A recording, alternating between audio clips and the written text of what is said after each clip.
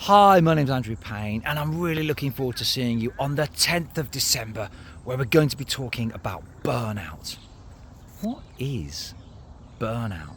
Some people say, "Oh, I'm feeling a bit burnt out today." They don't sound very burnt out. They're probably just a bit tired. They're just using the phrase because it's here, it's in our vocabulary. But other people say they're burnt out and they're off work, they're unwell. They're not coming back anytime soon. So what's the difference? What is burnout? What are the signs, symptoms, triggers that we should be looking out for? What are some of the myths that we probably need to bust? And then crucially, how do we look after one another collectively within the workplace in order to prevent burnout? And how do we make better decisions for ourselves as individuals? So we're going to be looking at topics like hope.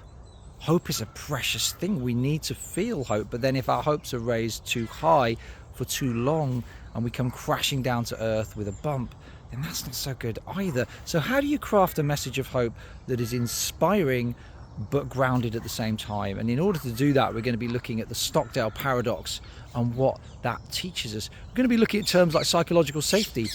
What is psychological safety? Why does that matter? How would you even create that? And what about grit?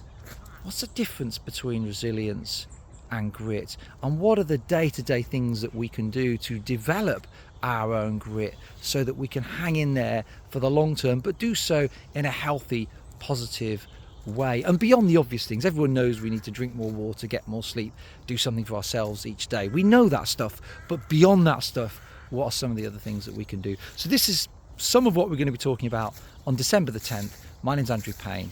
I really look forward to seeing you there.